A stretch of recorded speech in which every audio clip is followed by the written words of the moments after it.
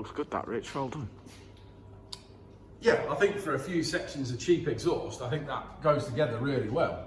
It's really nice underneath this EP3, buddy.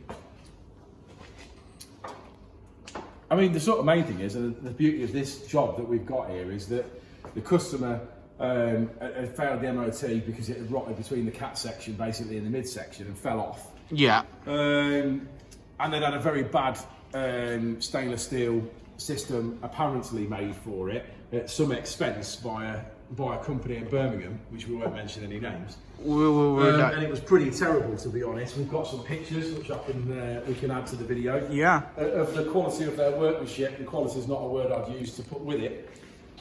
So we said to the customer, look, the cats are worth good money on these cars. Yeah. And to get you a full exhaust system, basically, we've managed to sell the cat, the original cat, and that is almost paid for all of that complete new system with a sports cat. I like the twin tailpipe bit. I do as well. I like it. It looks original. Customer specifically said I want to keep it looking as original as possible from the back. We've undersealed this, haven't we? We have cleaned it up. Yeah, it looks really nice under Done a it. little bit of welding on it as well that it needed, so that was all done. But yeah, ultimately it's now leaving with a good exhaust on it. It should last for a few years. Yeah, it looks nice. What's it sound like? I know we ain't got that far yet. Let's find out.